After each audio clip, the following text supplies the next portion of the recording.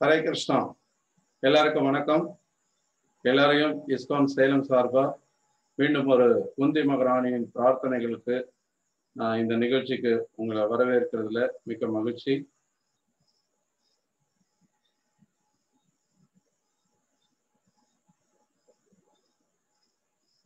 நம ஓம் விஷ்ணு பாதாய கிருஷ்ண பிரேஷ்டாய பூத்தலை ஸ்ரீமதே பக்தி விகாச சுவாமி இதி நாமினே. நம ஓம் விஷ்ணு பாதாய கிருஷ்ண பிரேஷ்டாய பூத்தலை ஸ்ரீமதே பக்தி வேதாந்த சுவாமி இதி நாமினே. நமஸ்தே சாரஸ்வதி தேவே கௌரவாணி பிரச்சாரிணே निर्विशेष शून्यवादी पाश्चात्य देश कारिणे. जय श्री कृष्ण चैतन्य प्रभु नित्यानंद श्री अद्वैत गदाधर श्रीवासादि गौर भक्त वृंद. हरे कृष्ण कृष्ण कृष्ण हरे हरे, हरे राम राम राम हरे हरे. हरे कृष्णा. ஸோ மீண்டும் ஒரு முறை உங்கள் எல்லாரையும் இஸ்கான் சேலம் சார்பாக இந்த குந்தி மகாராணியின் போதனைகள் என்ற நிகழ்ச்சிக்கு வரவேற்கிறதுல மிக்க மகிழ்ச்சி. ஸோ இன்னைக்கு நம்முடைய நிகழ்ச்சியில குந்தி மகாராணியுடைய அடுத்த பிரார்த்தனை என்னன்றதை பார்ப்போம். அதுக்கு முன்னாடி கடந்த வாரம் நம்ம 28, 29 2 ஸ்லோகங்களாக முதல் ஸ்கந்தம் 8வது அத்தியாயத்திலிருந்து 2 ஸ்லோகங்களை பார்த்தோம். அதை இப்போ குயிக்காக பார்த்துட்டு இன்னைக்கு ஸ்லோகத்துக்கு நம்ம போகலாம். ஸோ முதல்ல 28வது ஸ்லோகத்திலே குந்தி தேவி சொல்றாங்க, எம்பெருமானை தங்களை நான் நித்திய காலமாகவும் பரம ஆளுநராகவும் துவக்கமோ முடிவோ இல்லாதவராகவும் எங்கும் பரவி இருப்பவராகவும் கருதுகிறேன். உமது கருணையை விநியோகிப்பதில் நீங்கள் எல்லாரிடமும் சமமாக இருக்கிறீர். ஜீவராசிகளுக்கு இடையே உள்ள கருத்து வேறுபாடுகளுக்கு சமூக உறவுகளே காரணம் அப்படின்னு சொல்லி குந்தி தேவி ரொம்ப அழகா சொல்றாங்க. அடுத்ததா 29வது ஸ்லோகத்துல, பகவானே உமது திவ்யமான லீலைகளை யாராலும் புரிந்து கொள்ள முடியாது. அது மனித செயலை போலிருப்பதால் தவறாக வழிநடத்துகிறது. குறிப்பிட்ட எதற்கும் உமது ஆதரவோ வெறுப்போ இல்லை. நீ பாரபட்சமானவர் என்பது மக்களின் கற்பனையே. ஸோ கிருஷ்ணர் எப்படி பாரபட்சம் இல்லாம எல்லாருக்கும் சமமா இருக்கிறார் அப்படின்ற கருத்தெல்லாம் போன வாரம் நம்ம ரொம்ப விரிவாகவே பார்த்தோம். ஸோ இன்னைக்கு நம்ம 30வது ஸ்லோகத்தை பார்க்கவிருக்கோம். இன்னைக்கு ஸ்லோகம், ஜன்ம கர்ம ச விஸ்வாத்மன் அச்சஸ்யா கர்துராத்மனா திர்யன் ரிஷீஷு யாதசு தத்யந்த விடம்பனம். மொழிபெயர்ப்பு, பிரபஞ்சத்தின் ஆத்மாவே, தாங்கள் செயலற்றவர் என்ற போதிலும் செயற்படுகிறேன். பிறப்பற்ற ஜீவசக்தியாக இருப்பினும் பிறக்கிறேன். உறுதியாக இவையெல்லாம் குழம்பச் செய்கிறது. மிருகங்கள், மனிதர்கள், முனிவர்கள், நீர்வாழிகள் ஆகியோருக்கிடையில் நீரே அவதரிக்கிறேன். இது மிகவும் குழம்பச் செய்கிறது. ஸோ இவ்வளோ விஷயங்கள் நம்ம குந்தி தேவியினுடைய பிரார்த்தனையில இருந்து இது வரைக்கும் கேட்டிருக்கோம். இன்னைக்கு குந்தி தேவி ரொம்ப ஆச்சரியத்தோட, ரொம்ப ஒரு குழப்பத்தோட, ஒரு பெவில்டர்மெண்டோட கிருஷ்ணருடைய இந்த செயல்களை எல்லாம் பார்க்கறாங்க. என்ன சொல்றாங்க, கிருஷ்ணர் நதஸ்ய காரியம் கரணம் ச வித்யத்தைன்னு வேதங்கள் சொல்லுது. கிருஷ்ணர் எந்த செயலும் செய்ய வேண்டியவர் அல்ல. அவர் இது செஞ்சாகணும்ன்றது எதுவுமே கிடையாது அவருக்கு. ஆனாலும் அவர் நிறைய செயல்களை செய்யறார். பகவத்கீதையில அவரே சொல்றார், அஜோபிசன் அவ்யயாத்மா பூத்தனாம் ஈஸ்வரோபிசன், பிறப்பற்றவர்னு சொல்லுது. ஆனால் அவர் பிறக்கிறார். நம்ம ஜென்மாஷ்டமி கொண்டாடுறோம், வாமன துவாதசி, வராக துவாதசி, இந்த மாதிரி நிறைய பகவானுடைய அவதார திருநாட்களை நம்ம கொண்டாடுறோம். பிறப்பற்றவர் சொல்லியிருக்கு, ஆனா அவர் பிறக்கிறார். இதெல்லாம் நமக்கு குழப்பத்தை உண்டாகுதே அப்படின்றாங்க. அதெல்லாம் சரி. இன்னும் அதிகம் குழப்பத்தை உருவாக்குறது என்னன்னா, இவர் பூரண உண்மை பரமபுருஷ பகவான். அவருடைய ஸ்தானத்திலிருந்து அவர் கீழிறங்கி சாதாரண நம்மளை போல மனிதர்களாகவும் முனிவர்களாகவும் அல்லது நீர்வாழிகளாகவும் அவதரிக்கிறார். இது இன்னும் அதிகம் குழப்பத்தை உண்டாக்குதுன்னு குந்தி தேவி சொல்றாங்க. அது எப்படின்றத சில பிரபுபாத் ரொம்ப சுருக்கமா பொருளுரையில அதுக்கு விளக்கம் கொடுக்கிறார். அதை பார்த்துட்டு பிரபுபாருடைய உபன்யாசத்தையும் நம்ம எப்பவும் போல பார்க்கவிருக்கோம். இப்ப முதல்ல பிரபுபாருடைய பொருளுரை. பகவானின் தெய்வீக லீலைகள் குழப்பமானவையாக மட்டுமின்றி முரண்பாடு உடையதாகவும் காணப்படுகின்றன. அதாவது இவை அனைத்தும் குறைந்த சிந்தனையுள்ள மனிதன் சிந்தனைக்கு அப்பாற்பட்டதாகும். குறைந்த சிந்தனையுள்ள மனிதனின் சிந்தனைக்கு அப்பாற்பட்டதாகும். பகவான் எங்கும் பரவியுள்ள எல்லா இருப்பின் பரமாத்மாவாக இருக்கிறார். இருப்பினும் அவர் மிருகங்களுக்கிடையில் பன்றியின் உருவிலும், மனித உருவில் ராமராகவும் கிருஷ்ணராகவும், ரிஷியின் உருவில் நாராயணராகவும், நீர்வாழி உருவில் மீனாகவும் தோன்றுகிறார். இருப்பினும் அவர் பெறப்பட்டவர் என்றும் அவர் செய்ய கிடப்பது ஒன்றுமில்லை என்றும் கூறப்படுகிறது. பரபிரம்மனால் செய்யப்பட வேண்டியது ஒன்றுமில்லை என்று ஸ்ருதி மந்திரம் கூறுகிறது. அவருக்கு சமமானவரோ அவரை விட உயர்ந்தவரோ ஒருவரும் இல்லை. அவருக்கு பல வகையான சக்திகள் உள்ளன. தானாக செய்யப்படும் அறிவு, பலம், செயல் ஆகியவற்றினால் எல்லாமே அவரால் பூரணமாக நிறைவேற்றப்படுகின்றன. ஓகே, ஸோ இப்போ பிரபுபாதர் இந்த பொருளுரையில இந்த பகுதியில எதெல்லாம் குந்தி தேவி எனக்கு குழப்பத்தை உண்டாக்குதுன்னு சொல்றாங்களோ அதை கொஞ்சம் விளக்கமா சொல்றாரு. இப்போ கிருஷ்ணர் பிறப்பற்றவர், பிறக்கிறார். அவர் செய்ய கிடப்பது எதுவுமே கிடையாது. ஆனா எப்ப பார்த்தாலும் ஏதோ ஒரு செயல்கள் செஞ்சுட்டே இருக்கிறார். சின்ன வயசுல அவர் குழந்தையா இருக்கும்போது இருந்து பூத்தனை அரக்கிய வதம் பண்ண தொடங்கி அவர் எப்ப பார்த்தாலும் பலவிதமான செயல்களை செஞ்சுட்டே தான் இருந்தார். எப்பவும் அவர் அந்த நித்தியமான லீலைகளை அவர் செய்துகிட்டே இருக்கிறாருன்னு சாஸ்திரம் சொல்லுது. அப்படி இருக்கும்போது எப்படி அவர் செய்ய கிடப்பது ஒண்ணுமே இல்லை அப்படின்னோ அவர் அஜன்னு சொல்றதுக்கோ என்ன காரணம்? இது குழப்பத்தை உண்டாக்குது அப்படின்னாங்க. அதே மாதிரி கிருஷ்ணராகவும் ராமராகவும் மனித உருவுல தோன்றுறார். நரநாராயண ரிஷியா அவர் அர்ஜுனனும் கிருஷ்ணரும் ரிஷியா தோன்றுறாங்க. அதே மாதிரி மத்ஸ்ய அவதாரமா நீர்வாழியா அவர் தோன்றுகிறார். இதெல்லாம் ரொம்ப குழப்பத்தை உண்டாக்குது அப்படின்றாங்க. காரணம், இப்போ அவருடையது எல்லாமே ஜன்ம கர்ம சமே திவ்யம். எப்படி இந்த ஸ்லோகம் தொடங்குதோ அதே மாதிரி பகவத்கீதையில கிருஷ்ணர் 4வது அத்தியாயம் 9வது ஸ்லோகத்துல சொல்றார், ஜன்ம கர்ம சமே திவ்யம் ஏவம் யோ வேத்தி தத்வதா. அதுல முதல்ல சொல்றார், ஜன்ம கர்ம சமே திவ்யம், என்னுடைய தோற்றம் என்னுடைய செயல்கள் எல்லாம் திவ்யமானது. சாதாரணமான நம்மளுடைய செயல்களை போலவோ நம்முடைய பிறப்பை போலவோ பௌத்திகமானது கிடையாது அப்படின்றத ரொம்ப தெளிவா சொல்றார். இப்போ அந்த திவ்யமான செயல்களை உள்ளது உள்ளபடி தத்வதா உள்ளது உள்ளபடி நம்ம தெரிஞ்சுக்கிறோம்னா அதனுடைய பலன் என்ன? தத்வா தேகம் புனர்ஜென்ம நயத்தை மாமே.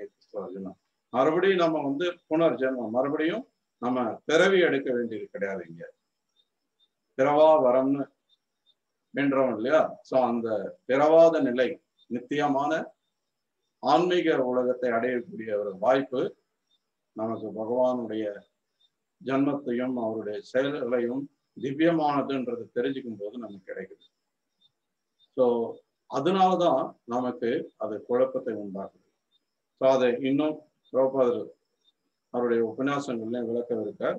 இன்னும் மீதி இருக்கிற பொருளுரையிலையும் நாம் அதை பார்க்கலாம். பகவானின் ரூபங்கள், செயல்கள் அனைத்தும் நமது எல்லைக்குட்பட்ட சிந்தனைக்கு அப்பாற்பட்டது என்பதையும், சிந்திக்க முடியாத அளவு சக்தி கொண்டவர் என்பதால் அவருக்கு எல்லாமே சாத்தியமானது என்பதையுமே இக்கூற்றுகள் கேள்விக்கே இடமில்லாமல் நிரூபிக்கின்றன. இது முதல்ல நம்ம தெளிவா புரிஞ்சுக்கணும். பகவான் அப்படின்னு நம்ம சொல்லும் போது நம்மள ஒருத்தர் அவர் கிருஷ்ணரா வரும்போதோ ராமரா வரும்போதோ நம்மளை போல அவருக்கும் 2 கை 2 கால் இந்த மாதிரியான மனித உருவம் தான் இருந்தது. நம்மளை போல அவருக்கும் குடும்பம் இருந்தது. நம்மளை போல அவரும் உறவுகள் சென்றார். நம்மளை போல அவரும் பல விதமான செயல்கள் செய்தார். குழந்தையா இருக்கும்போது குறும்புத்தனமா இருந்தார். இதை பண்ணினார், அதை பண்ணினார். அதனால அவரும் நம்மள ஒருத்தர் அப்படின்னு நம்ம நினைச்சோம்னா அந்த எண்ணம் மிகப்பெரிய முட்டாள்தனம்ன்றத கீதையில ரொம்ப தெளிவா சொல்லிடுறார். அவஜானந்தி மாமூடா மானுஷம் தனமாசிரிதம். பெரிய மூடன் என்ன நினைக்கிறான்னா, நான் மனித உருவில வரும்போது பரம்பாவம் அஜானந்தம், என்னுடைய பரம்பாவம் என்னுடைய உன்னத நிலையை உணராததுனால அவன் என்ன நினைக்கிறான், இந்த கிருஷ்ணரும் சரி ராமரும் சரி இவங்க எல்லாம் நம்மள ஒருத்தர் தான் அப்படின்னு நினைச்சுக்கிறாங்க. அது பெரிய முட்டாள்தனம் அப்படிங்கிற மாமூடா இந்த வார்த்தை பயன்படுத்தல. சோ அததான் இங்க பிரபுபாத் சொல்றார். பகவானின் ரூபங்கள் செயல்கள் அனைத்தும் நமது எல்லைக்குட்பட்ட சிந்தனைக்கு அப்பாற்பட்டது. நம்மளுடைய சிந்தனை பார்த்தீங்க அப்படின்னா நம்முடைய அனுபவத்துக்கு உட்பட்ட விஷயம் என்ன இருக்கோ அதை பற்றி தான் சிந்திக்க முடியும். அதுக்கு அப்பாற்பட்டுலாம் நம்மளால சிந்திக்க முடியாது. நமக்கு தெரிஞ்சதெல்லாம் அதிகபட்சம் இந்த பூமி. இந்த பூமியிலேயே நமக்கு எவ்வளவோ விஷயங்கள், இன்னும் எத்தனையோ நாட்டுக்கு நம்ம போகாம இருக்கலாம். ஒரு சிலர் நம்ம நாட்டை விட்டே வெளில போகாதவங்க இருக்காங்க, நம்ம மாநிலத்தை விட்டே வெளில போகாதவங்களா இருக்காங்க. அப்படி இருக்கும்போது இந்த பூமியை பத்தி எவ்வளவு தெரிஞ்சுக்க முடியும்? அதிகபட்சமா நம்மளால இந்த பூமியை பத்தி தான் தெரிஞ்சுக்க முடியும். ஆனால் இது மாதிரி பல நூற்றுக்கணக்கான, ஆயிரக்கணக்கான, லட்சக்கணக்கான கிரகங்களும் பிரம்மாண்டங்களும் இருந்துட்டு இருக்கு பகவானுடைய படைப்புல. அப்போ நம்ம சிந்தனை எவ்வளவு இருந்துட முடியும்?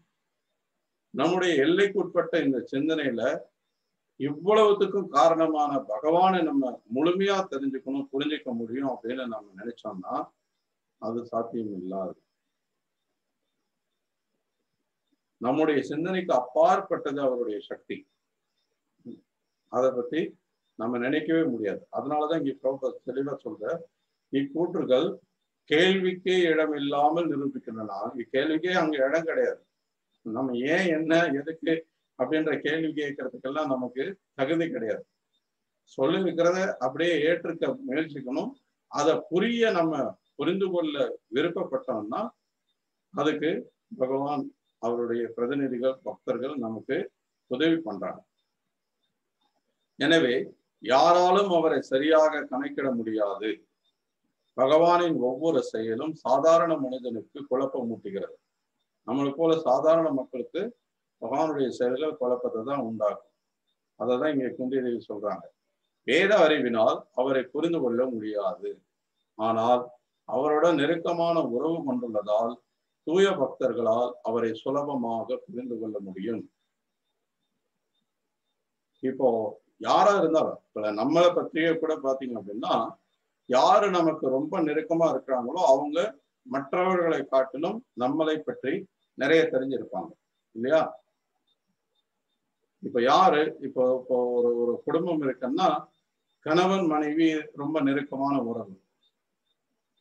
அந்த கணவனை பற்றி மனைவியோ, மனைவியை பற்றி கணவனோ மற்றவர்களை காட்டிலும் ரொம்ப நல்ல தெரிஞ்சு வச்சிருப்பாங்க. தெரிஞ்சு வச்சிருக்கணும். இன்னைக்கு காலகட்டத்தில் அது இருக்கோ இல்லையோ தெரியல. பட் அது இருந்தா நல்லது. ஆனால் பகவானை பற்றி அந்த மாதிரி நாம தெரிஞ்சுக்கணும்னா அப்ப பகவானுக்கு நெருக்கமானவர் யார்?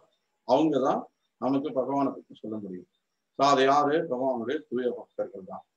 ஸோ குந்தி தேவி நமக்கு இதுக்கான அதிகாரம் கொண்டிருக்காங்க.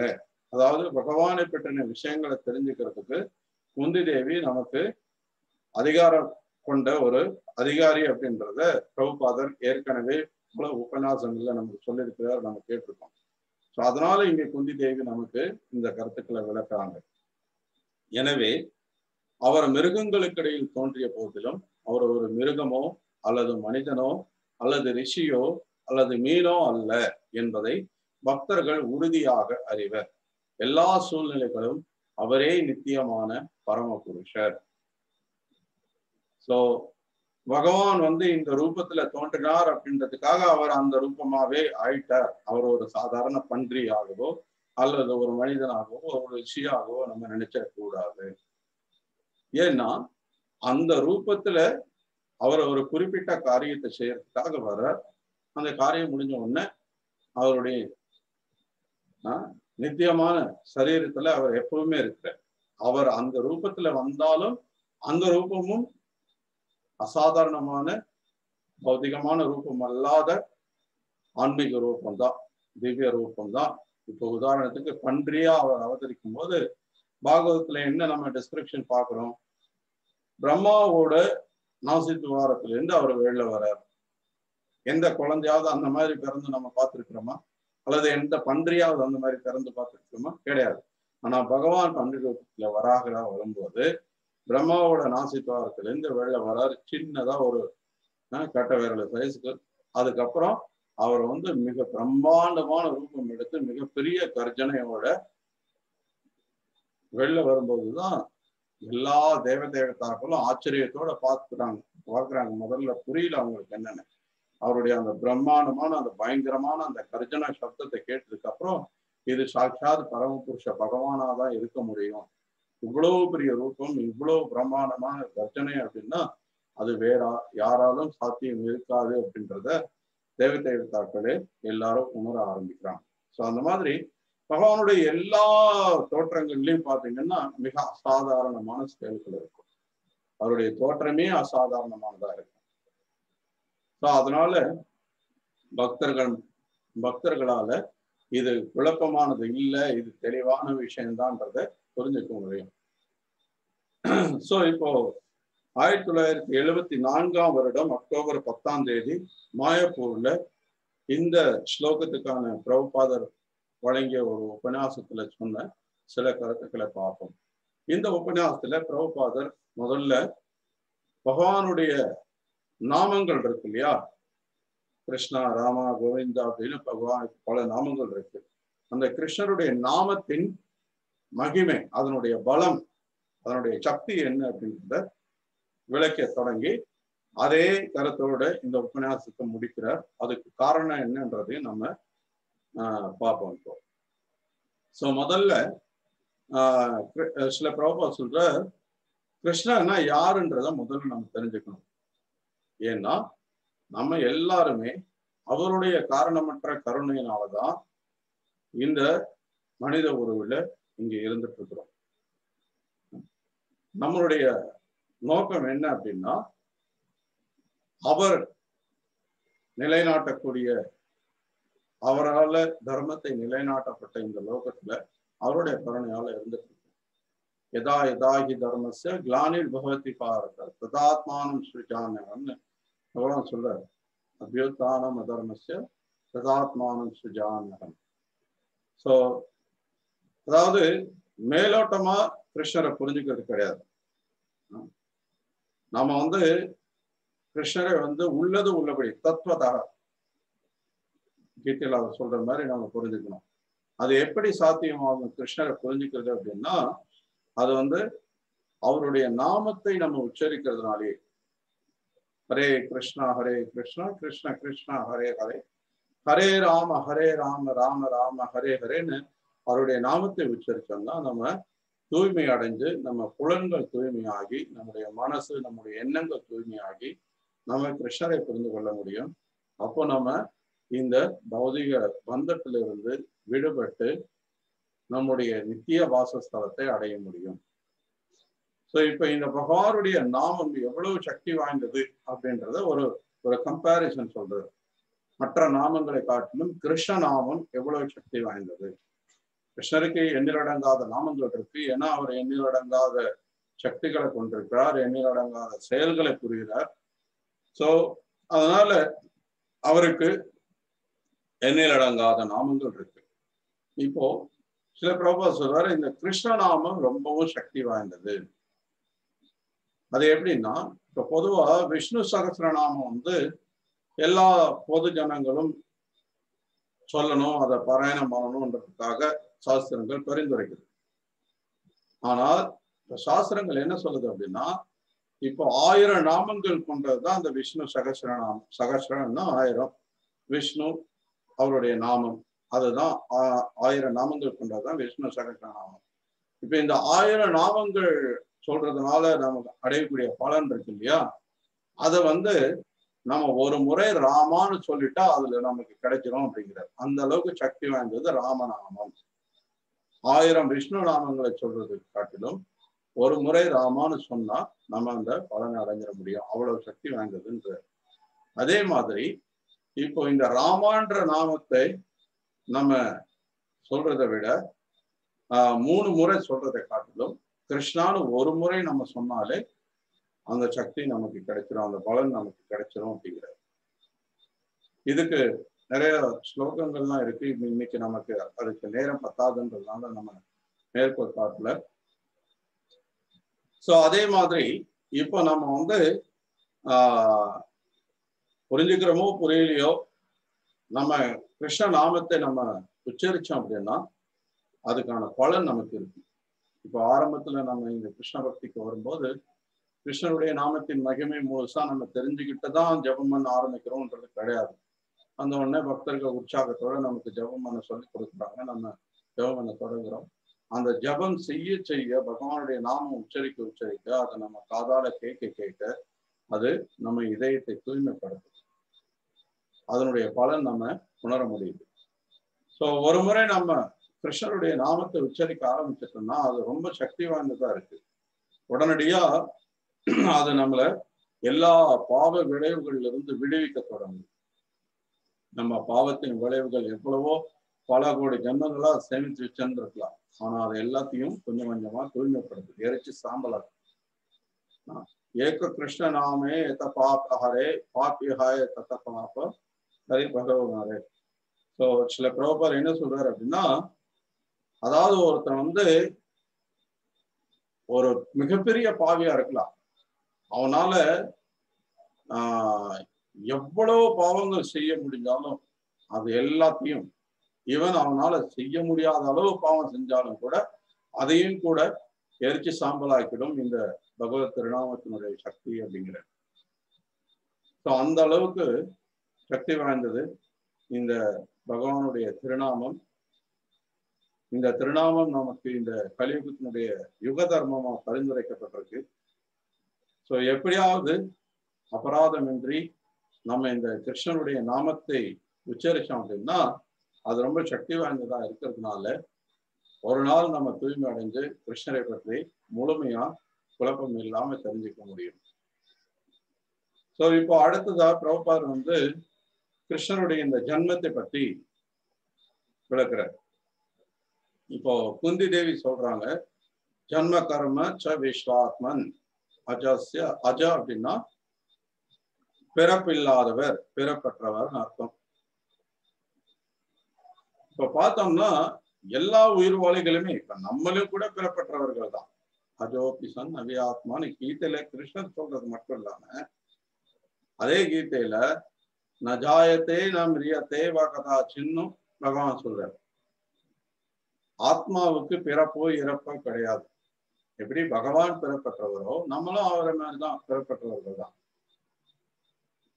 ஏன்னா ஜீவாத்மாவான நம்ம எல்லாருமே அவருடைய அம்சங்கள் தான்.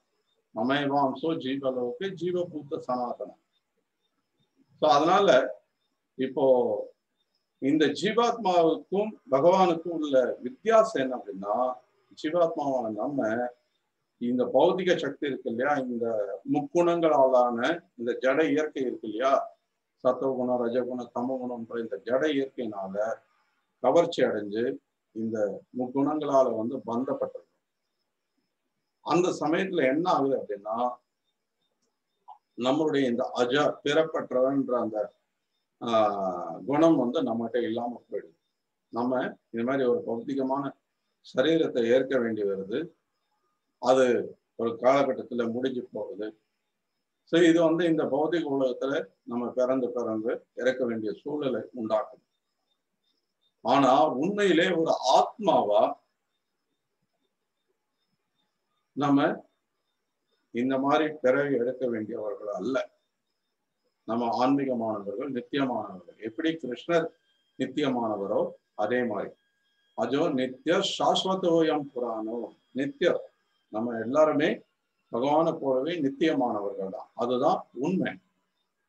அதுதான் பகவானுக்கு நமக்கு உள்ள வித்தியாசம். சோ இந்த உடல்ன்றது என்ன, ஆத்மான்றது என்ன, இதை நம்ம தெளிவா புரிஞ்சிக்க வேண்டியது ரொம்ப முக்கியம். ஸோ பிரபுபாத் ரொம்ப அழகா அவரோட சின்ன வயசுல நடந்த ஒரு சம்பவத்தை ஒரு உதாரணமா சொல்றார். பிரபுபாத் சொல்றார், எனக்கு ஒரு 3 வயசோ 4 வயசோ இருக்கும்போது இந்த குழந்தைங்க பாத்தீங்கன்னா இந்த தீபாவளி சமயத்துல எல்லாம் இந்த மத்தாப்பு அந்த இதெல்லாம் விடுவாங்க, விளையாடுவாங்க. பெரிய பெரிய வெடியெல்லாம் வைக்க மாட்டாங்க குழந்தைங்க மத்தாப்பு அதிகபட்சம் இந்த சின்ன முதல்ல எல்லாம் இப்ப இருக்கான்னு தெரியல. முதல்ல எல்லாம் பாத்தீங்கன்னா இந்த தீக்குச்சி மாதிரியே இருக்கும். ஆனா அது கலர் கலரா எரியும். சாதாரண தீக்குச்சி மாதிரி இல்லாம கொஞ்சம் பெரிய சைஸா இருக்கும். ஸோ பிரபுபாத் சொல்றாரு, அந்த மாதிரி அந்த கலர் தீக்குச்சியை நான் எரிச்சிட்டு இருக்கும்போது அது என்னுடைய துணியில பட்டு அந்த துணி எரிஞ்சு போச்சு. அந்த துணி எரிஞ்சிட்டு இருக்கும்போது பக்கத்துல இருந்தவங்க எல்லாம் ஓடி எப்படியோ அந்த தீயை அணைச்சு என்னுடைய எரிஞ்சு போன அந்த துணியை கழட்டி போட்டு என்னை காப்பாத்திட்டாங்க அப்படின்னு பிரபுபாதருடைய வாழ்க்கையில் நடந்த ஒரு சம்பவத்தை குறிப்பிட்டு சொல்றாரு. இப்ப இது எதுக்காக சொல்றாரு அப்படின்னா, இப்போ நம்முடைய இந்த உடல் அப்படின்றத நம்ம போட்டிருக்கிற இந்த துணி மாதிரி கீதையில கிருஷ்ணர் அதை சொல்றாரு, வாசாம்சி ஜீர்ணானி யதாவிஹாய. நம்ம போட்டிருக்கிற இந்த உடை எப்படியோ அது மாதிரிதான் நம்முடைய உடல். இந்த உடை நம்ம எரிஞ்சு போயிடுச்சு அப்படின்னு நம்ம தூக்கி போட்டோம் அப்படின்னா அதுக்காக நம்மளே அழிஞ்சிட்டதா அர்த்தம் கிடையாது. சோ அது மாதிரி இந்த உடல் அழியக்கூடியது, ஆனா ஆத்மா அழியக்கூடியது அல்ல. அப்போ இந்த ஆத்மா இந்த உடையை எரியிற மாதிரி அதை நெருப்பால எரிக்கவோ கத்தியால வெட்டவோ அல்லது வேற எந்த ஆயுதத்தாலையும் அதை எந்த விதத்திலையும் நம்ம அதை மாற்றவோ எந்த மாற்றமும் செய்ய முடியாது. ஆத்மா ஆன்மீகமானது, நித்தியமானது. சோ அதனால ஆத்மாவுக்கும் இந்த சரீரத்துக்கும் உள்ள வித்தியாசத்தை நம்ம புரிஞ்சுக்கணும்.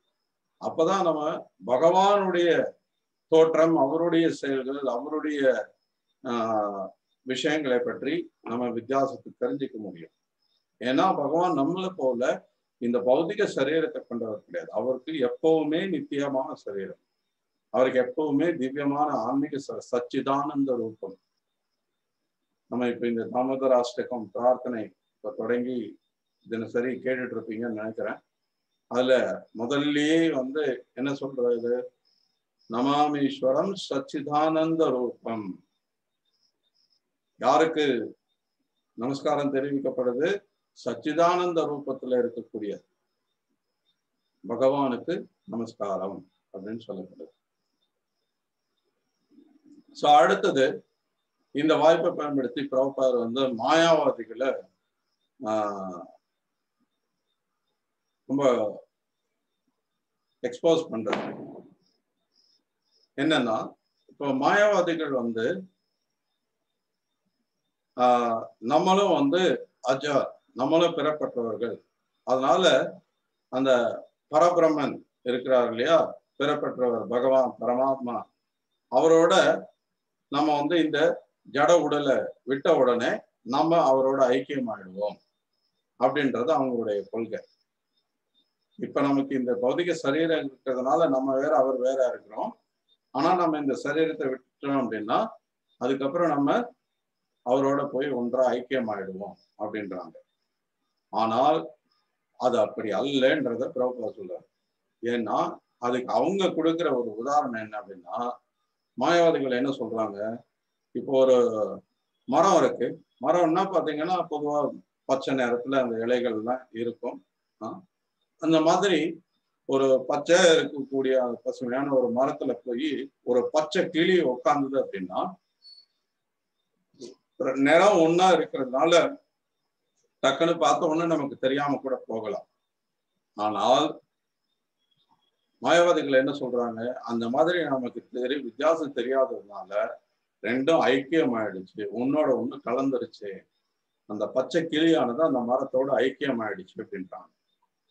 ஆனா பிரபுபாதர் அல்லது நம்முடைய ஆச்சாரியர்கள் சாஸ்திரங்கள் நமக்கு என்ன அதுக்கு விளக்கம் கொடுத்தோம்னா, அந்த பறவை நம்ம கண் பார்வைக்கு எடுத்த உடனே டக்குன்னு தெரியாம போகலாம், ஏன்னா எல்லாம் ஒரே நிறமா இருக்கிறதுனால.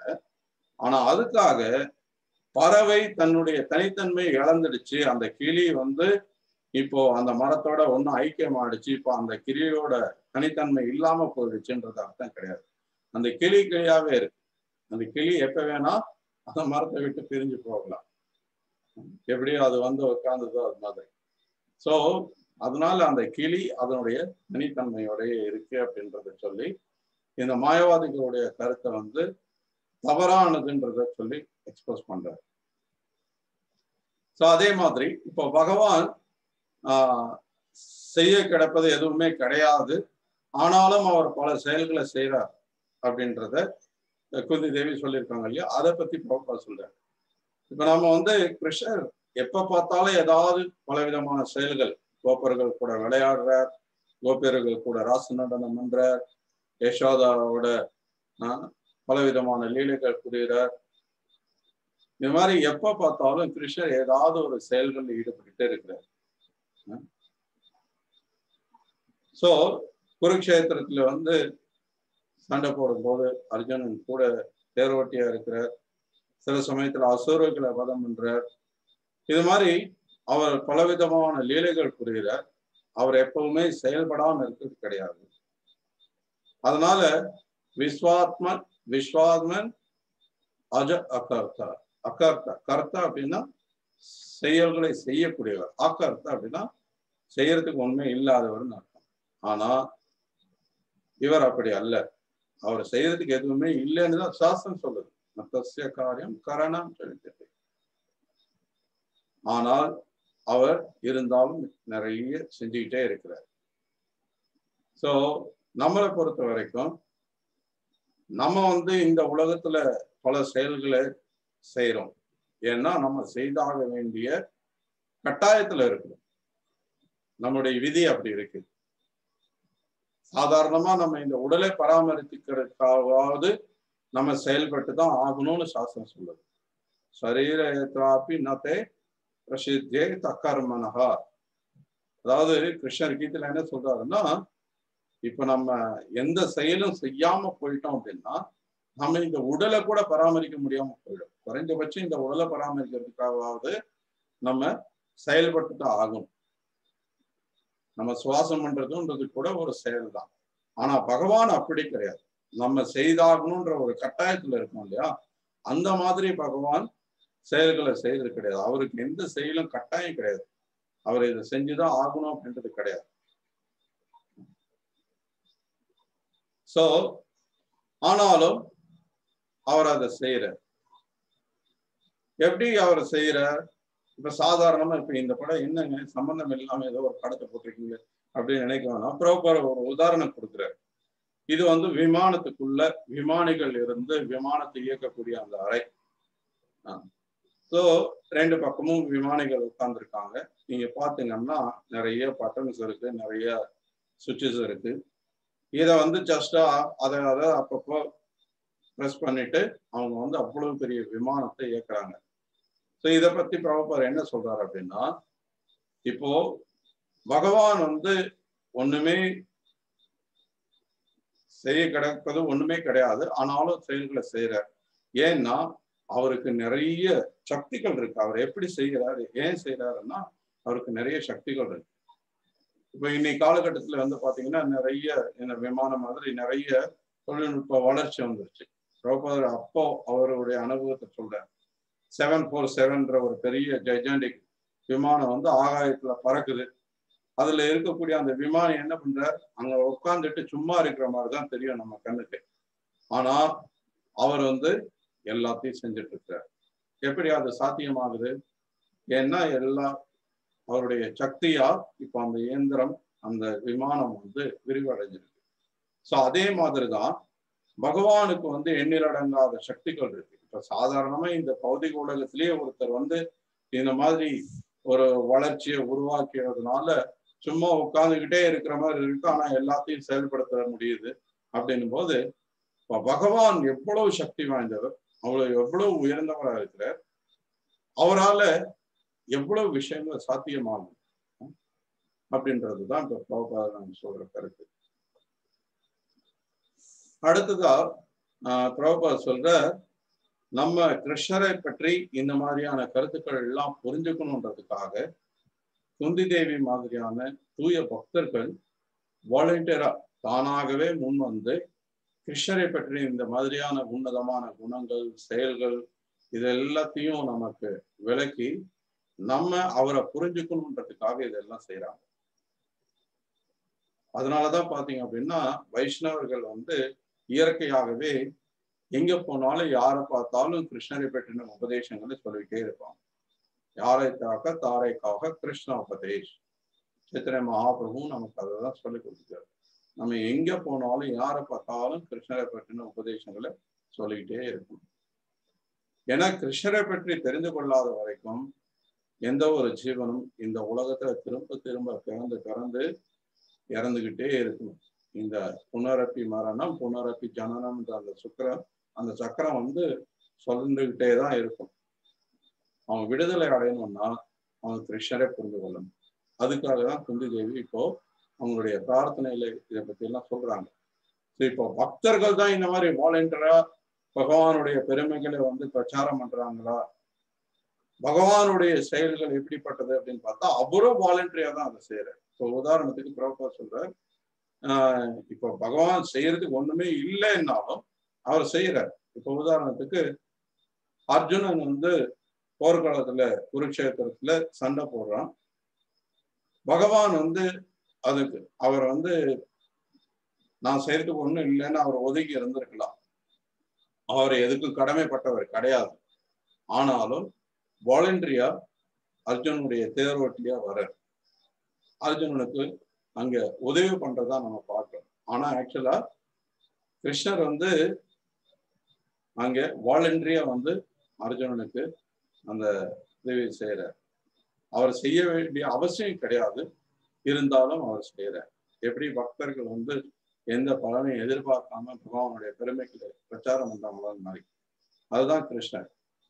நமே கர்ம பலேஸ்வரா, அவர் வந்து எந்த கர்ம வினைகளுக்கும் உட்பட்டவர் கிடையாது, ஆனாலும் அவர் பல செயல்களை செய்தார். ஆனா நம்ம அந்த மாதிரி கிடையாது, நம்ம செய்ய கட்டாயப்படுத்தப்படுறோம். நம்ம கர்ம வினை நம்மளை செயல்பட வைக்குது, நம்ம செயல்பட்டு தான் ஆகணும். அதுதான் நமக்கும் பகவானுக்கும் உள்ள வித்தியாசம். சோ இந்த விதத்துல கிருஷ்ணரை பற்றி சாஸ்திரங்கள்ல நிறைய விளக்கப்பட்டிருக்கு. இந்த மாதிரி தூய குந்தி தேவி போல தூய பக்தர்களால நிறைய விஷயங்கள் விளக்கப்பட்டிருக்கு. கிருஷ்ணரே அவரை பற்றி விளக்கியிருக்கிறார் பகவத்கீதையில. சோ கிருஷ்ணருடைய உண்மையான நிலையை நம்ம புரிந்து கொள்ளணும் அப்படின்னா, அப்போ புரிந்து கொண்டோம் அப்படின்னா அப்போ நம்ம இந்த பௌதிக பந்தத்துல இருந்து விடுபட முடியும். ஸோ இப்போ நம்ம கிருஷ்ணரை புரிந்து கொள்ளணும் அப்படின்னா அதுக்கு நம்ம பிரயத்தனப்படும் போது கிருஷ்ணர் நமக்கு அதுக்கு உதவி பண்றார். கிருஷ்ணர் சொல்றார், ஸ்ரீன்வதாம் சகதா கிருஷ்ண புண்ணிய ஸ்ரவண கீர்த்தனா அப்படின்றார். இருக்கிறதுலே நம்ம செய்ய வேண்டிய புண்ணியமான செயல் அப்படின்னா அது கிருஷ்ணரை பற்றின விஷயங்களை கேட்கிறதும் அதை பாடுறதும் கிருஷ்ணருடைய நாமத்தை பாடுறதும் இதுதான் புண்ணியமான செயல். அது நம்மளை தூய்மைப்படுத்தும் அப்படிங்கிறார். ஸோ எந்த அளவுக்கு நம்ம அதிகம் கிருஷ்ணரை பற்றி கேட்கிறோமோ அந்த அளவுக்கு அது நம்மளை தூய்மைப்படுத்தும். இப்போ நம்மளால கிருஷ்ணரை பற்றி கேட்கறதுக்கு சுவை இல்லை. இப்போ நம்ம நிறைய பிரச்சாரம் பண்றோம், இந்த மாதிரி நிறைய நிகழ்ச்சிகள் நடத்துறோம். எவ்வளவு பேர், ஒரு 40 பேர் 50 பேர் 60 பேர் அதிகபட்சம் இவ்வளவுதான் நம்ம நிகழ்ச்சியில கலந்துட்டு இருக்காங்க. நம்ம நிறைய இது வந்து கிட்டத்தட்ட ஒரு பல ஆயிரம் மக்களுக்கு இந்த நிகழ்ச்சியை பற்றி தகவல் அறிவிச்சோம். ஆனா எல்லாருக்கும் இதுல சுவை இல்லை. ஏன்னா அவங்க கிருஷ்ணரை பற்றி கேட்டு தூய்மை அடையாம இருக்காங்க. இப்போ அவங்களுக்கு கிருஷ்ணரை பற்றி கேட்டாதான் தூய்மை அடைய முடியும்னா அப்போ அவங்க கேட்கறதுக்கே சுவை இல்லாம இருக்காங்களா, என்ன பண்ணலாம் அப்படின்னா அதுக்கு பிரபுபாதர் சொல்ற, வெறுமனே கிருஷ்ணருடைய நாமத்தை கேட்கறதுக்கு நம்ம வாய்ப்பு கொடுக்கணும். சைத்தன்ய மகாபிரபுவோட இந்த சங்கீர்த்தன இயக்கத்தோட நோக்கமே அதுதான். பகவானுடைய நாமத்தை வந்து நிறைய கேட்கறதுக்கான வாய்ப்பை ஏற்படுத்தி கொடுக்கணும். அதனாலதான் பக்தர்கள் எங்க போனாலும் கையில ஜபமாலை வச்சுட்டு ஜபம் பண்ணிட்டே இருப்பாங்க. ஹரே கிருஷ்ணா ஹரே கிருஷ்ணான்னு நகர கீர்த்தனம் பண்ணும்போது நிறைய மக்கள், நிறைய மற்ற ஜீவராசிகள், மரம் செடிகள் எல்லாம் கூட அந்த பகவானுடைய நாமத்தின் அந்த ஒளி அதிர்வுகளை கேட்டு பயனடையும். அந்த அளவுக்கு சக்தி வாய்ந்தது இந்த பகவானுடைய திருநாமம். அதனாலதான் இந்த உபன்யாசத்தினுடைய ஆரம்பத்திலையும் சரி இறுதியிலையும் சரி கிருஷ்ணரை நம்ம உள்ளது உள்ளபடி தெரிஞ்சுக்கணும். இந்த ஸ்லோகத்துல குந்திதேவி சொல்ற மாதிரி அப்பேரண்ட் கான்ட்ரடிக்ஷன், பார்க்கறதுக்கு முரண்பாடு இருக்கிற மாதிரி தெரியும், குழப்ப செய்யற மாதிரி தெரியும். அந்த குழப்பமோ முரண்பாடோ இல்லாம நம்ம கிருஷ்ணரை தெளிவா புரிஞ்சுக்கணும்னா அப்போ ஹரேர் நாம ஹரேர் நாம ஹரேர் நாம இவ கேவலம் அப்படின்னு சாஸ்திரம் பரிந்துரைக்கிற மாதிரி இந்த கலியுகத்தினுடைய யுக தர்மமான ஹரிநாமத்தை ஏற்கிறத தவிர வேற வழி கிடையாது. சைத்தன்ய மகாபிரபுவும் அதுதான் சொல்றார். கீர்த்தனியா சதாகரி, சதா சர்வகாலமும் நம்ம பகவத் திருநாமத்தை உச்சரிச்சுக்கிட்டே இருக்கணும். ஆனா துரதிருஷ்டவசமா இந்த கலியுகத்துல நமக்கு அதுக்கும் சுவை இல்லாம இருந்துட்டு இருக்கு. ஸோ அதனாலதான் சில பிரபுபா சொல்றாரு, இந்த கிருஷ்ண பக்தி இயக்கம்ன்றது உருவாக்கப்பட்டதோட நோக்கமே மக்களுக்கு சுவை இருக்காது. ஆனால் நம்ம பக்தர்கள் மக்களை தேடி போய் பகவத்கீதை பாகவதம் போன்ற சாஸ்திரங்களை விநியோகிக்கிறது, ஹரிநாமம் பண்ணி அவங்கள திருநாமத்தை கேட்க வைக்கிறது, அவங்களுக்கு வந்து பகவத் சம்பந்தத்துல கொண்டு வர்றதுக்கான அந்த முயற்சிகளை எடுக்கிறது தான் பிரச்சாரம் அப்படின்றது. ஸோ குறிப்பா இந்த ஹரே கிருஷ்ணா மந்திரத்தை நம்ம நிறைய கீர்த்தனம் பண்ணி அதை பாடுறது மூலமாகவும் நம்ம நிகழ்ச்சிகள்ல ஹரிநாமத்தினுடைய பெருமைகளை சொல்றது மூலமாகவும் அதை மக்கள் கேட்டு அவங்க வாழ்க்கையினுடைய பக்குவத்தை அடைய முடியும். அதுதான் நம்ம கிருஷ்ணரை புரிந்து கொள்வதற்கான ஒரே வழி அப்படின்றத சொல்லி சில பிரபுபார் வந்து இந்த உபன்யாசத்தை முடிக்கிறார். ஸோ இப்போ சில விஸ்வநாத் சக்கரவர்த்தி தாக்கூர் இந்த ஸ்லோகத்துக்கு ரொம்ப அழகான ஒரு விளக்கம் கொடுக்கிறார். அவருடைய மொழிபெயர்ப்பு முதல்ல பார்க்கலாம். பிரபஞ்சத்தின் ஆத்மாவை தாங்கள் பெறப்பெற்றவர் எச்செயலையும் செய்வதில்லை, ஆனால் விலங்குகள், மனிதர்கள், நீர்வாழிகள் உருவில் தோன்றி செயல்படுகிறேன். இது மிகவும் ஏமாற்றமே அப்படின்னு சொல்லி விஸ்வநாத் சக்கரவர்த்தி தாக்கூர் இதை மொழிபெயர்க்கிறார் இந்த ஸ்லோகத்தை. அவருடைய விளக்க உரை என்னன்னா, தங்களின் பாரபட்சமின்மை, செயலின்மை, பிறப்பு பிறவாமை பற்றிய முடிவுகளை புரிந்து கொள்வதால் உமது லீலைகளை ஒருவரால் அனுபவிக்க முடியும்.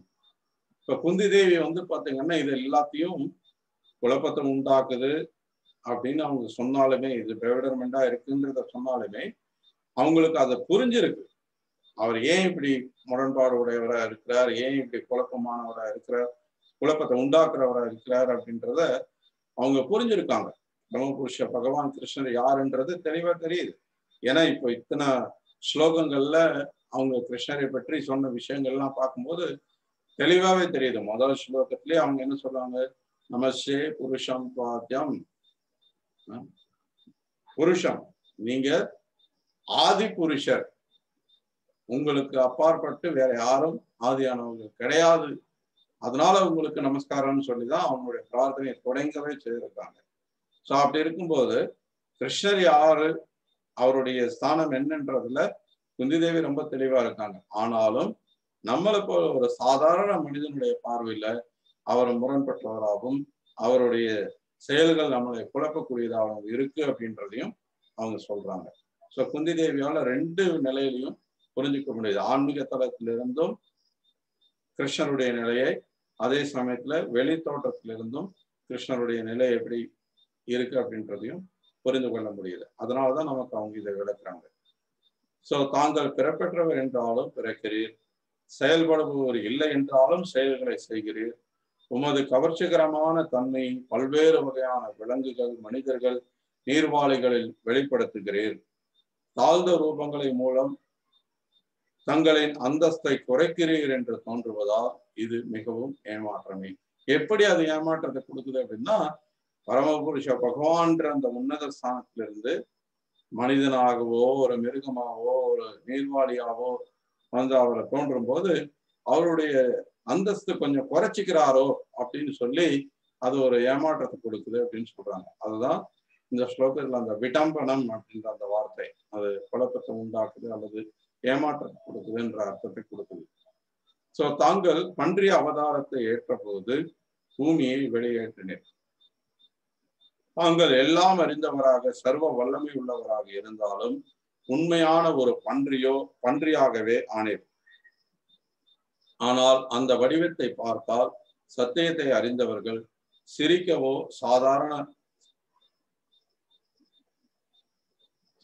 ஆனால் அந்த வடிவத்தை பார்த்தால் சத்தியத்தை அறிந்தவர்கள் சிரிக்கவோ சாதாரண ஒரு மரணத்திற்குட்பட்ட மிருகம் என்றோ கர்மாவின் கட்டுப்பாட்டில் இருக்கும் ஒரு ஜீவன் என்றோ நினைக்க மாட்டார்கள்.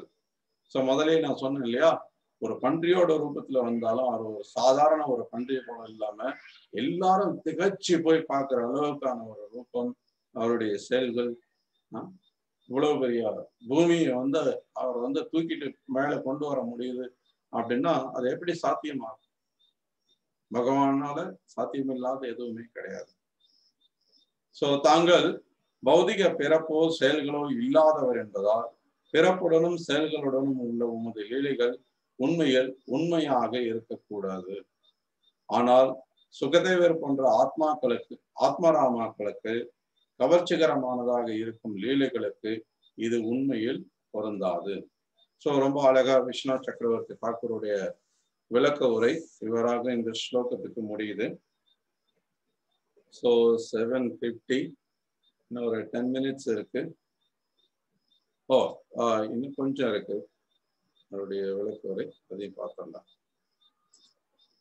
எவ்வாறாயினும் ஜன்ம கர்ம சமே தீபம் ஏவம் யோ வேத்தி தத்துவதாக எனது பிறப்பு செயல்கள் உண்மை தன்மையை அறிந்தவர்கள் என்ற இறைவனின் கூற்றிலிருந்தே இறைவனின் பிறப்பும் செயல்களும் உண்மை புனைக்கதை அல்ல என்று தெரிகிறது.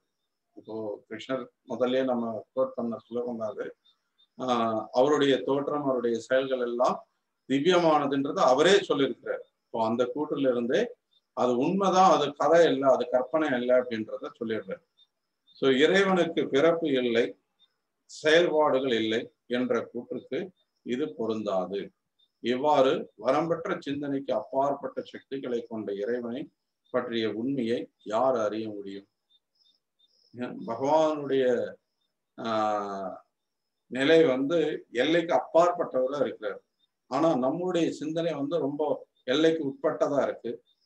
அப்படி இருக்கும்போது எப்படி அவரை பெற்ற இந்த உண்மையை நம்ம சாதாரண நிலையில இருந்து புரிஞ்சுக்க முடியும்? அதனாலதான் நம்ம வந்து தூய்மை அடையணும். நம்ம கிருஷ்ண பக்தர்கள், குந்தி தேவி மாதிரியான பக்தர்களுடைய உதவியை நாடி அவர்கள் மூலமாக நம்ம கிருஷ்ணரை புரிந்து கொள்ள முயற்சிக்கணும் அப்படின்றதுதான் இங்க நம்ம குந்தி தேவியை பற்றி தெரிஞ்சுக்கக்கூடிய விஷயம். இப்ப யாருக்காவது ஏதாவது கேள்வி இருக்குன்னா உங்களுடைய கேள்விகளை வந்து நீங்க சாட்ல டைப் பண்ணி அனுப்பலாம், அல்லது உங்களுடைய கையை உயர்த்தலாம். நீங்க ஏதாவது கேட்கணும் அல்லது ஏதாவது விமர்சனங்கள் கருத்துக்கள் சொல்லணும்னு விருப்பப்பட்டாலும் நீங்க சொல்லலாம், உங்க கையை உயர்த்தலாம்.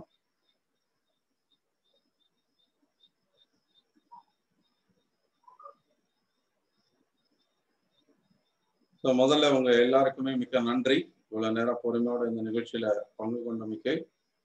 ஸோ நீங்க 2 பக்தர்கள் கையை உயர்த்திருப்பாங்க.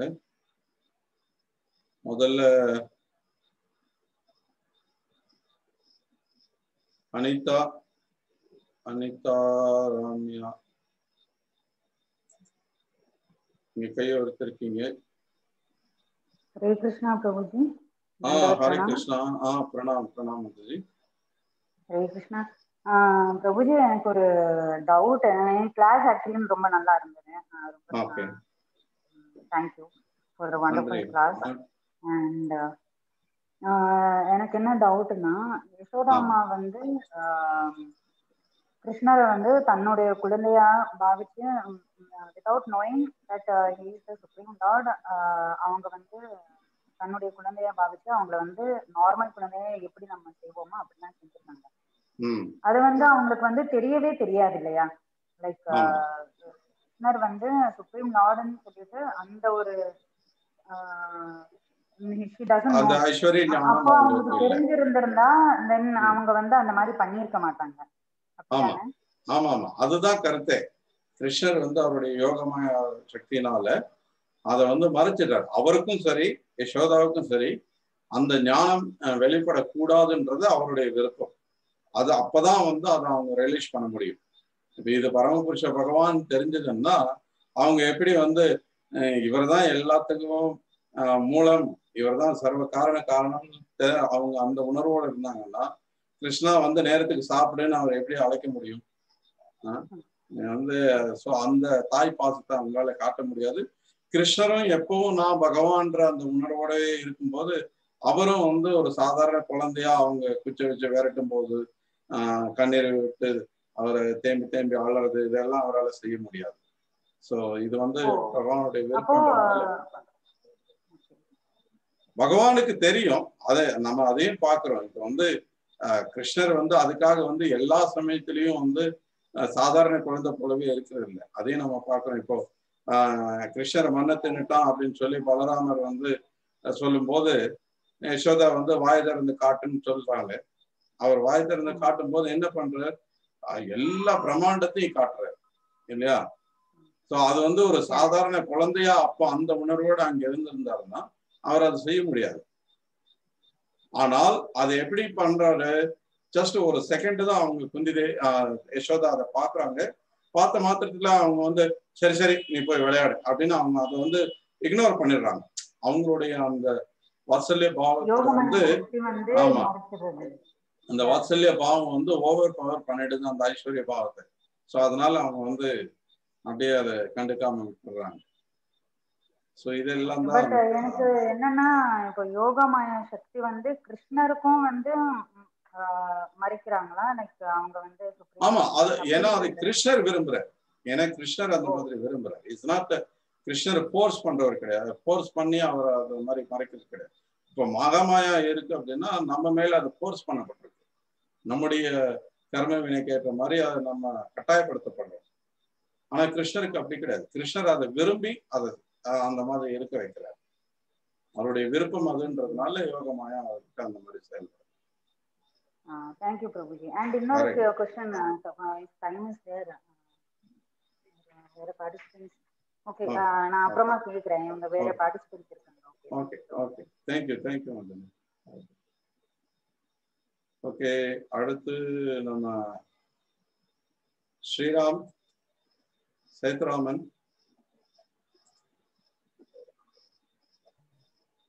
ஹரே கிருஷ்ணா குருஜி. ஹரே கிருஷ்ணா. ஹரே கிருஷ்ணா. நமஸ்காரம். எப்படி இருக்கீங்க? நமஸ்காரம். இது இந்த இப்ப நீங்க கேட்டது வந்து நான் கேட்க வேண்டிய கேள்வி அவங்க கேட்டாங்க முதல்ல. அதனால நான் ரொம்ப நல்லா விளக்கம் கொடுத்துட்டீங்க. இது என்னன்னா கிருஷ்ணனுடைய விருப்பத்தினால எல்லாம் நடக்கிறது. அவர் விருப்பப்பட்டாக்கா இவங்க வந்து இன்னும் கொஞ்சம் டீப்பா கான்சென்ட்ரேட் யசோதாமாவில இந்த வாயை ரொம்ப நேரமா பார்க்கவும் முடியல. அவங்க உடனே அந்த குழந்தை ரெண்டு சரி போன்னு சொல்லிடுறாங்க நீங்க சொன்னீங்களே, அதுதான் அந்த ஒரு க்ஷணம்.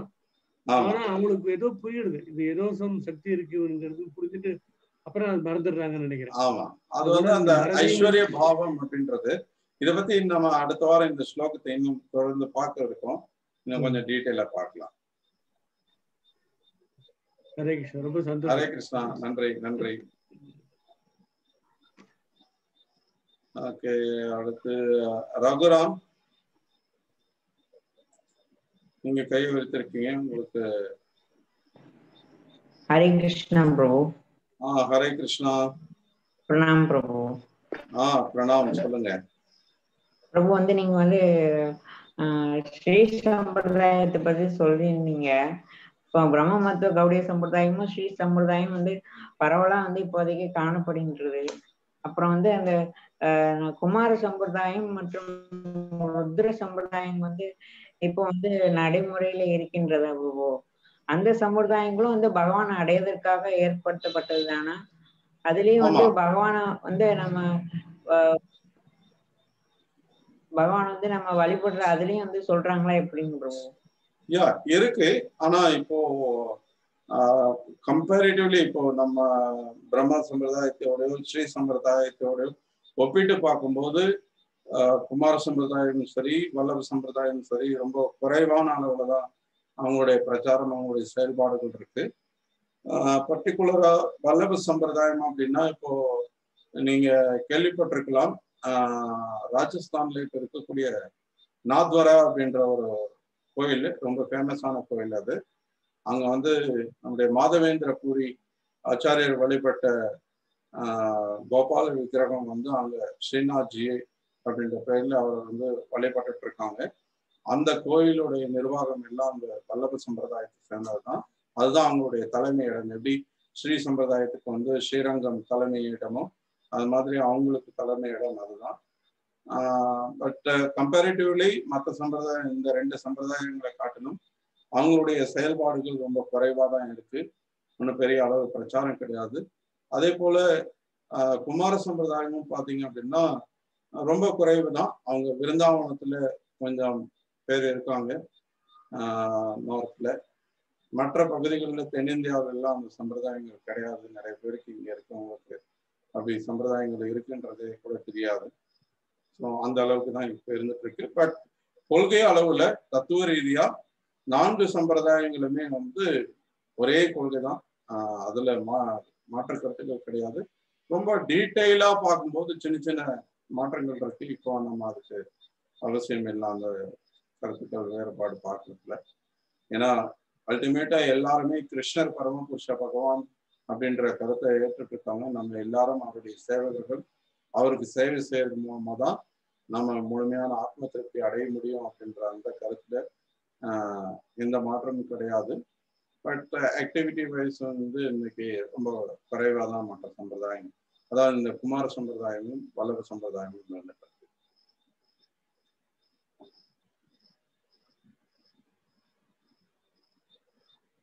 Okay, I think it's over. Anita மாதாஜி, உங்களுக்கு இன்னும் வேற ஏதாவது கேள்வி இருக்கா? ஹரே கிருஷ்ணா பிரபுஜி. ஹரே கிருஷ்ணா, சொல்லுங்க. ஒரு கேள்வி என்னன்னா, ஆக்சுவலி நம்ம இந்த தாமோதர் மந்த்ல வந்து நம்ம வந்து 7 times நம்ம வந்து நம்ம விளக்கு லேம்ப் காட்டுற அந்த ரூல்ஸ் இருக்குதுல்ல கிருஷ்ணருக்கு, 3 times on feet and 2 times navel and 3 times on face. அது வந்து அது என்ன கணக்கு ஆக்சுவலி, ஏன் அப்படி சொல்லியிருக்காங்க? 7 + 7. ஓகேயா? ஆக்சுவலி வந்து பாதங்களுக்கு வந்து 4 முறை காட்டணும். 4 முறை. ஆமா, 2 முறை வந்து செஸ்ட் நம்ம மார்பு பகுதியில, 3 சுற்றுக்கள் வந்து திருமணத்தை சுற்றி காட்டணும். இது வந்து பஞ்சராத்திர விதிமுறை. இப்போ நம்ம வந்து பின்பற்றக்கூடிய இந்த விக்கிரக வழிபாட்டு வழிமுறை வந்து பஞ்சராத்திர வழிமுறைன்னு சொல்லப்படுது. இது வந்து நாரத முனி உபதேசத்தின் அடிப்படையில நம்ம கொடுக்கப்பட்டிருக்கு. ஸோ அந்த உபதேசத்துல இந்த மாதிரி ஆரத்தி செய்யும் போது என்னென்ன உபச்சாரங்கள் நம்ம அர்ப்பணம் பண்ணணும், அதை எப்படி அர்ப்பணிக்கணும் அப்படின்றதெல்லாம் நமக்கு ஒரு விதிமுறைகள் கொடுக்கப்பட்டிருக்கு. ஸோ அதன்படி இந்த விதிமுறையை நம்ம பின்பற்றுவோம். அந்த பர்டிகுலர் நம்பர் என்ன அப்படின்றது எனக்கு தெரியல. அப்படி அதுக்கு எதுவும் விளக்கம் அந்த பஞ்சராத்திர புக்ல கொடுக்கப்படல. மேபி ஃபியூச்சர்ல வேற யாராவது பக்தர்கள் தெரிஞ்சவங்க கிட்ட இருந்து நான் கேட்டு உங்களுக்கு சொல்ல முடிஞ்சது சொல்றேன். ஓகே, ஹரே கிருஷ்ணா. ஸோ மிக்க நன்றி இவ்வளவு நேரம் பொறுமையோடு இந்த நிகழ்ச்சியில பங்கு கொண்ட எல்லா பக்தர்களுக்கும். ஸோ அடுத்த வாரம் நம்முடைய 31வது ஸ்லோகத்தை நம்ம தொடர்ந்து பார்ப்போம் இந்த தாமோதர் லீலை பற்றி. ஸோ ஹரே கிருஷ்ணா. ஸ்ரீல பிரபுபாத் கி ஜெய். கிரந்தராஜ் ஸ்ரீமத் பாகவதம் கி ஜெய்.